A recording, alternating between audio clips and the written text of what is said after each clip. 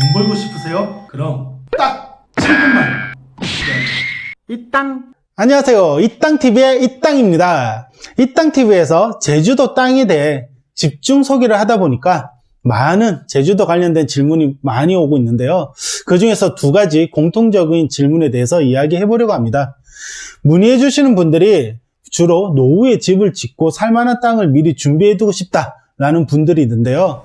주로 부동산이나 또는 지인들 통해서 땅을 소개받는데 육지하고는 달리 제주 땅에는 곶자왈이라는 지역이 있고 그리고 묘자리가 많아서 이거 사도 되냐 라는 질문을 되게 많이 해오는 편이에요. 그래서 오늘 곶자왈이 뭐고 묘자리에 대해서는 어떻게 해야 되는지 한번 이야기해 보려고 합니다. 시작하시죠. 이 땅. 자, 그럼 곶자왈에 대해서 먼저 이야기해 보도록 하겠습니다. 제주도가 화산활동에 의해서 만들어진 섬이라는 사실 모두 알고 계시죠? 그럼 곶자왈은 뭘까요? 화산활동 중에 분출된 용암이 흘러내려가 불규칙하게 암기지대를 만들어내고 그 위에 다양한 동물들과 식물들이 공존하면서 독특한 생태계가 유지되고 있는 그런 지역을 의미합니다. 즉, 곶자왈이란 암개들이 불규칙하게 늘려져 있는 지대에 형성된 숲이라고 생각하면 되는데요. 우리가 알고 있는 일반적인 숲과 다릅니다. 그렇기 때문에 제주도 곶자왈 숲은 개발 허가가 나지 않습니다.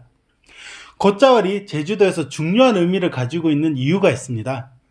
과거에는 경작이 불가능하기 때문에 개발로부터 격리되어 버려진 땅, 이런 존재였는데 지금은 개발보다는 환경의 가치를 더욱 중시하는 그런 시대지 않습니까?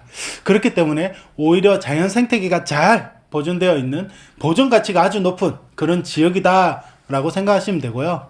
곶자왈 용암지대에는 토양의 발달이 빈약하고 표층은 물론 심층까지, 저 밑에 있는 심층까지 크고 작은 암개들로 이루어져 있기 때문에 식물이 자라기에는 어려울 뿐만 아니라 식생의 발달 속도가 굉장히 느려 지금 우리가 보고 있는 곶자왈 숲이 형성되기까지는 아주 긴 시간과 시기가 걸렸다라고 생각할 수 있습니다. 자, 관광객들에게 아주 사랑을 받는 그런 장소가 있죠. 바로 관광지 비자림입니다. 자, 비자림은 지금 우리가 얘기하고 있는 곶자왈의 대표적인 장소입니다. 지금 보시는 화면과 같이 곶자왈은 제주도 전역에 분포되어 있는데 동쪽보다는 서쪽에 좀 더 몰려있기 때문에 우리가 땅을 투자하는 관점에서 곶자왈이 있는 지역은 조금 조심해야 된다, 유의해야 된다는 점 다시 한번 짚어 말씀드립니다. 이 땅. 자, 그럼 분묘기지권에 대해서 이야기해 보도록 하겠습니다. 묘가 있는 땅, 우리 지난 편에 토지 입문자 편에서 사지 말아야 되는 땅 유형 9가지 중에 분묘기지권이라는 용어를 제가 사용한 적 있죠. 분묘기지권이 무엇일까요? 토지의 소유자는 아니지만 해당 토지에 조상의 묘를 둔 사람이 가지고 있는 권리를 이야기합니다. 즉, 땅 주인은 아니더라도 그 땅에 묘를 계속 둘 수 있는 그런 권리, 즉 일종의 지상권과 비슷한 관습법상의 권리라고 할 수 있습니다.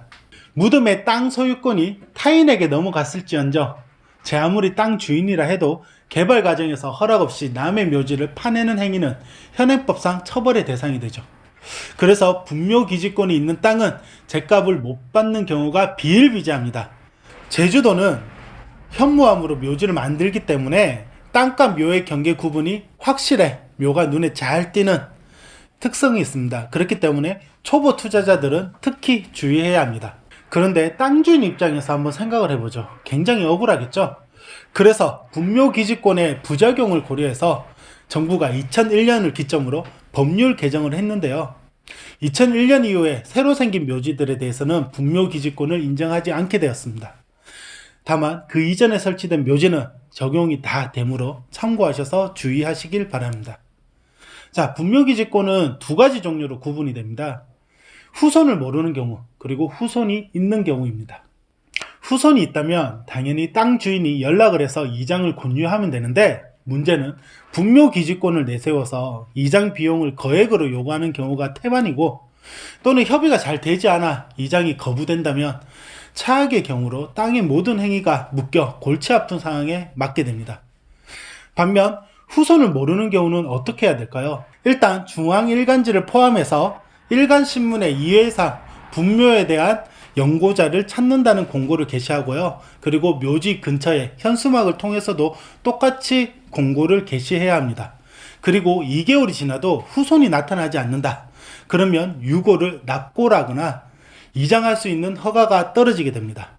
자, 이 점을 이용해서 땅고수들은 무용고를 찾아 땅을 취득하기도 하는데요. 대부분 분묘가 해결되면 실제 서너 배 정도 이상의 땅값이 오르고 있기 때문에 고수 레벨이 됐을 때 한 번쯤 도전해 볼 법한 과제인 것 같습니다.